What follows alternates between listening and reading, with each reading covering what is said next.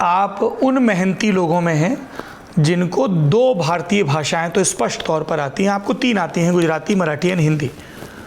तो इसीलिए मैंने मेहनती कहा, क्योंकि भाषा सीखने के लिए मेहनत लगती है, जो हम में से कई लोग नहीं करते हैं।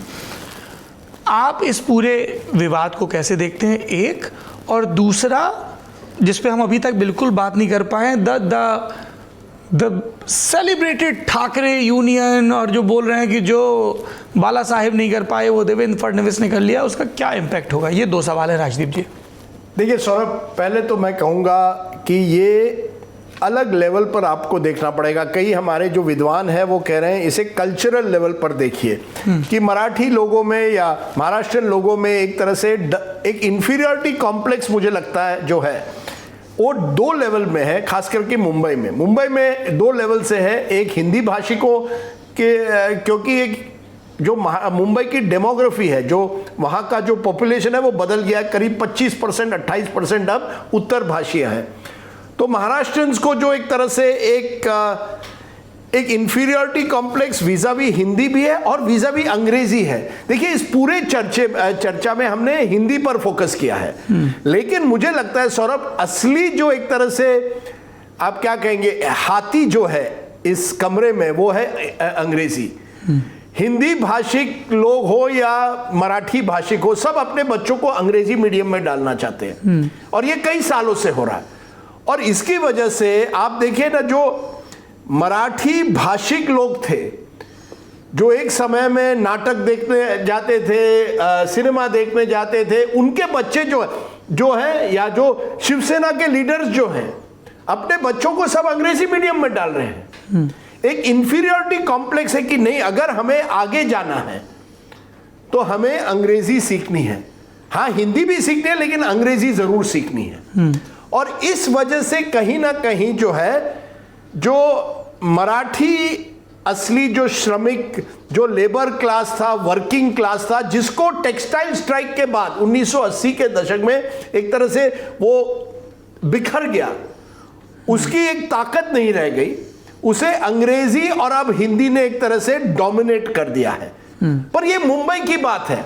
देखिए एक बात मैं कहूँ, इस पूरे डिबेट में आप जानिए, हम बात कर रहे हैं मराठी भाषिक बड़े अपनी आइडेंटिटी, अपनी अस्मिता को बचाना चाहते हैं, लेकिन महाराष्ट्र में आप जाइए ना, आप अगर कल नागपुर में प्रोग्राम करेंगे और हिंदी में करेंगे, किसी को परहेज नहीं है। यही नागपुर जो था वो सेंट्रल प्रोविंस और बिहार का एक हुआ करता था कैपिटल सिटी, उसके बाद मध्य प्रदेश में आया, उसके बाद 56 के बाद महाराष्ट्र में आया। आप मराठवाड़ा में जाइए, मुझे अभी भी याद है शिवराज पाटिल जैसे जो लातूर से आते थे, वो बड़े प्राउड गर्व से कहते थे कि मैं मराठी जानता हूँ, हिंदी जानता हूँ, मैं तेलुगु भी थोड़ी बहुत बोल देता हूँ, क्योंकि उस एरिया में उस समय निजाम में के रूल हुआ करता था मराठवाड़ा में।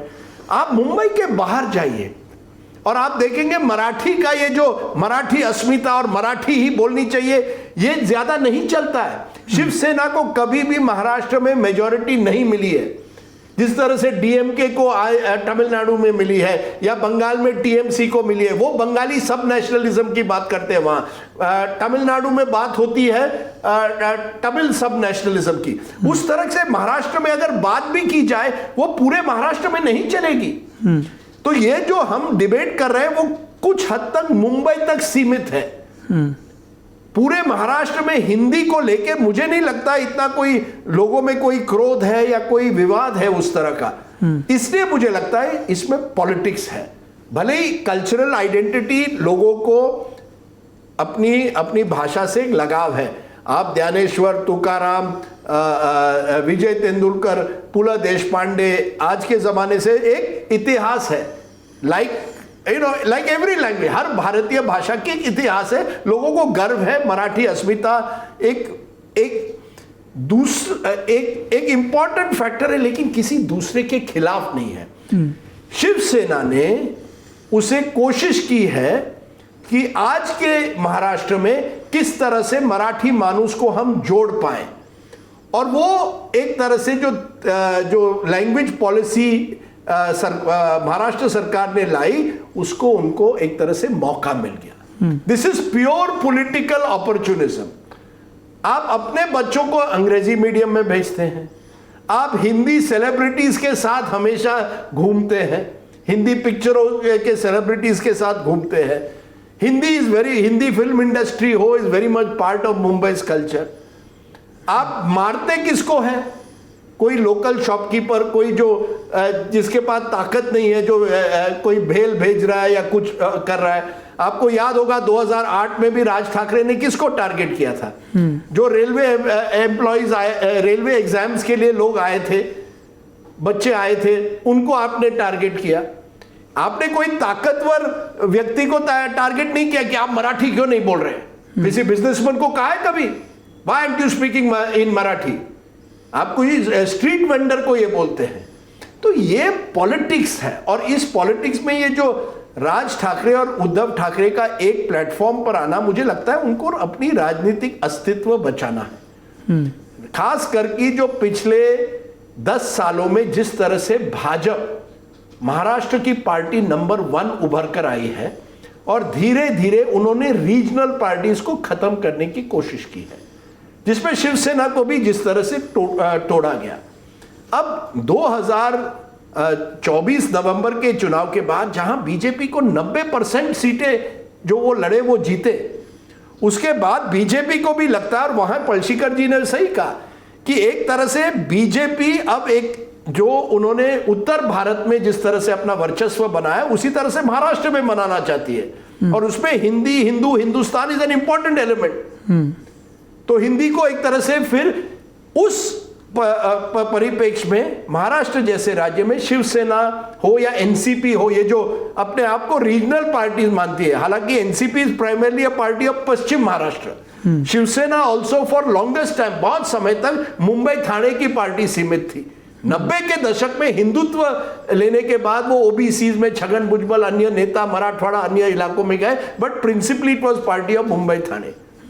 तो मुझे लगता है ये कहीं ना कहीं विवाद बीएमसी के चुनाव से जरूर जुड़ा हुआ है, क्योंकि शिवसेना को अब ये अस्तित्व की लड़ाई है। उद्धव ठाकरे को पता है कि ये अगर बीएमसी हार गए तो धीरे धीरे शिवसेना को एक और नेता उनको छोड़कर जाएंगे।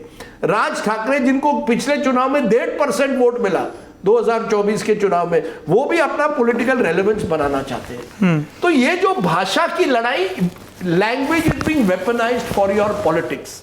सिंपल पॉइंट, यस भाषा को सबसे लगाव है, अपनी भाषा, अपनी मातृभाषा को सबसे लगाव है, लेकिन what we are seeing is pure political opportunism.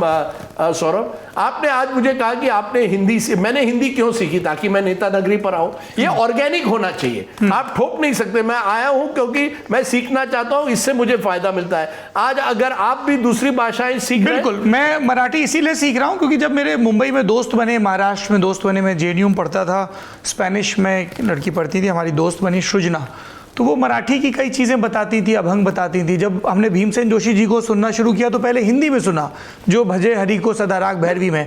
जब उनके दूसरे पद सुने वो मराठी में, तो मैंने कहा यार अगर इनका मतलब भी समझ में आ जाए तो क्या कमाल की बात हो।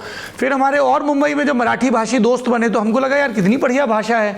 सिनेमा उसका जब वाकिफ़ हुए, साहित्य से वाकिफ़ हुए, तो लगा कि चाव आया भीतर से।